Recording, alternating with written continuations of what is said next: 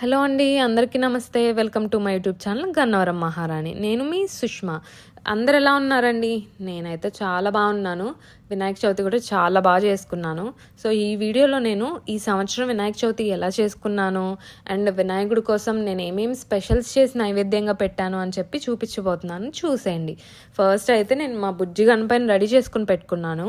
So అదేంటి గణపైన ready చేసుకుని పెట్టుకున్నా అంటుంది అనుకుంటున్నారా? అవునండి, మీరు విన్నది కరెక్టే. నేను వినాయకుడి ప్రతిమను నేనే ఇంట్లో తయారు చేసుకున్నాను. సో ఇక్కడ ఇండియన్ షాప్స్లో కూడా దొరుకుతాయి. కాకపోతే ఆర్టిఫిషియల్ కలర్స్తో ఎన్విరాన్మెంట్కి అన్ఫ్రెండ్లీ ఎందుకులే అని చెప్పి ఇంట్లో చేశాను. చక్కగా మనం ఇంట్లో చేసుకుంటే eco friendly and budget friendly కూడా. సో నాకు ఏంటంటే దేవుణ్ణి కింద పెట్టడం ఎందుకో ఇష్టం ఉండదు, అదేదో సెంటిమెంట్లా అనిపిస్తుంది. సో ఖచ్చితంగా నేను కొంచెం ఎత్తు పెట్టి దేవుణ్ణి పెడతాను ఎప్పుడైనా. సో నా దగ్గర ఉన్న పూలన్నిటితో వినాయకుడిని మంచిగా రెడీ చేసేసి నాకు ఒక అలవాటు ఉందండి. అదేంటంటే సో దీపం వెలిగించేటప్పుడు ఫస్ట్ దీపం ఒక్కటే నేను అగ్గిపుల్లో వెలిగిస్తాను.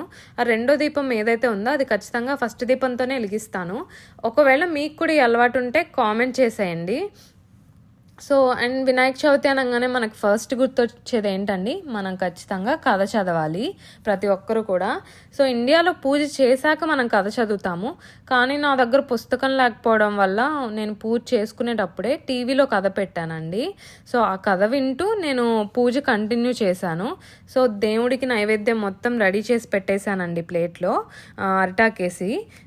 ఫస్ట్ అయితే స్వీట్ కుడుములు అండ్ ఉండ్రాళ్ళు అండ్ పాయసము, గారెలు, శనగలు మరియు పులిహోర అండ్ ఏదైనా ఫ్రూట్ పెడితే బాగుంటుందని యాపిల్ కూడా పెట్టాను. అండ్ దేవుడికి కూడా మంచిగా నైవేద్యం పెట్టేశానండి. సో ఉండ్రాళ్ళు కుడుములు అయితే నేను ఫస్ట్ టైం అండి చేయడము. కానీ ఫస్ట్ టైం చేస్తున్నా కానీ దేవుడికి పెట్టడానికి మనం టేస్ట్ చేయకుండా చేస్తాం కదా.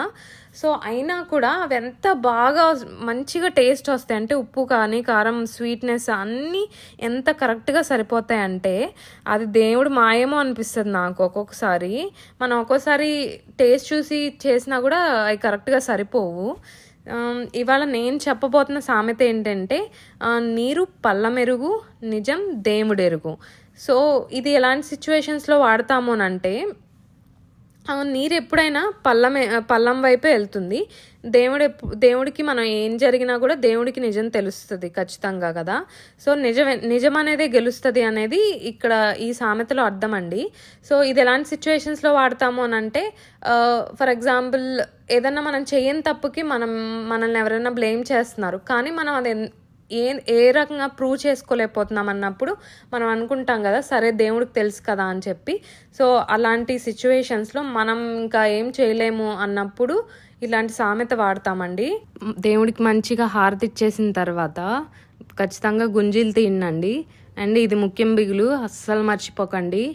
అక్షింతలు వేసుకోవడం మాత్రం మర్చిపోకండి. ఇది నా పర్సనల్ ఎక్స్పీరియన్స్తో చెప్తున్నాను. అది నిజంగా జరుగుతుందా అంటే అందరికీ నాకు తెలీదు. నేనైతే అది ఫీల్ అయ్యాను. ఒకసారి అనుకోకుండా నేను వినాయక చవితికి అక్షింతలు వేసుకోకుండా చందమామని చూశానండి. నేను ఒక బ్లేమ్ తీసుకోవాల్సి వచ్చింది నేను చెయ్యని తప్పుకి. సో అక్షింతలు వేసుకోండి ఖచ్చితంగా. వినాయకుడిని ఎలా తయారు చేశాను అండ్ ఆ బ్యాక్ డ్రాప్ ఎలా తయారు చేశాను అని చూడాలంటే యూట్యూబ్ ఛానల్లో వీడియోస్ ఉన్నాయి, చూసేయండి.